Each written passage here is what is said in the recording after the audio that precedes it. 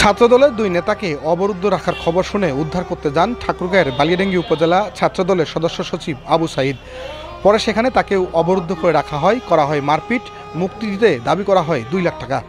মঙ্গলবার দুপুরে ঠাকুরগাঁয়ের বালিয়াডাঙ্গি উপজেলার কাঁচকালী বাজারে এই ঘটনা। এ ঘটনায় বালিয়াডাঙ্গি থানায় 22 জনের নাম উল্লেখ করে মামলা হয়েছে। অজ্ঞাতনামা আসামি করা হয়েছে প্রায় 50 জনকে।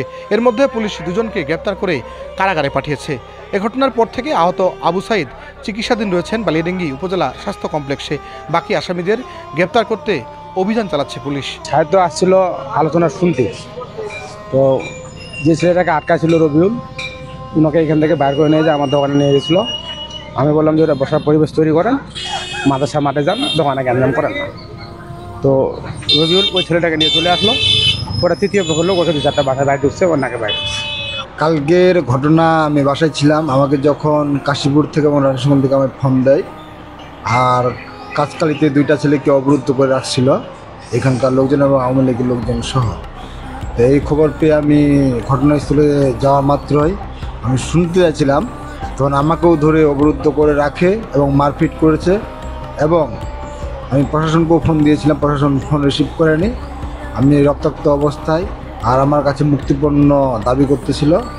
তখন আমাকে এখানকার লোকজন আমাদের কিছু 2 লক্ষ টাকা, আর আমার এখানকার লোকজন বিএনপির লোকজন আমাকে উদ্ধার করে তখন বলেন এই হাসপাতালে আমাকে ভর্তি করে।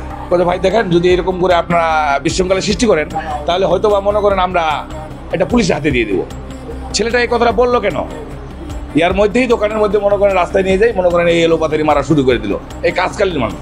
আর আমি বালিয়াডাঙ্গি উপজেলা ছাত্রদলের সদস্য সচিব দায়িত্বে আছি, এবং আমাদের যে কোনো উপজেলায় বা যে কোনো ইউনিয়ন থেকে কারো যদি সমস্যা হয়ে যায় আমার উপজেলায়, তো তারা আমাকে অবগত করে।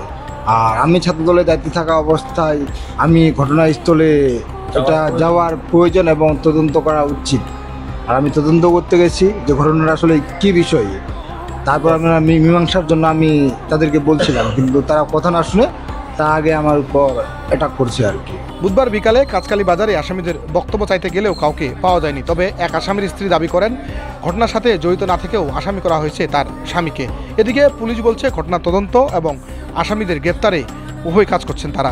আপনার স্বামী এখন কোথায়? মাছ উঠা গে, তাই মাছ উঠা সে নিকে দিতে মাছ উঠায় ডাকু হবানি পারে। ওনাকে কি মোবাইলে পাওয়া যাবে? মোবাইল লে যায়নি, মোবাইল নিয়ে যায়নি। স্বামীর নামে যে মামলা হয়েছে আপনি জানেন? শুনছি দুপুরে শুনছেন?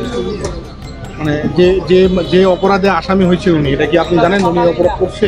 না, অপরাধ করেনি, শুনছি আমরা অপরাধ করেনি। লোক এলাকা গ্রামের লোক এলাকা হওয়া যায়।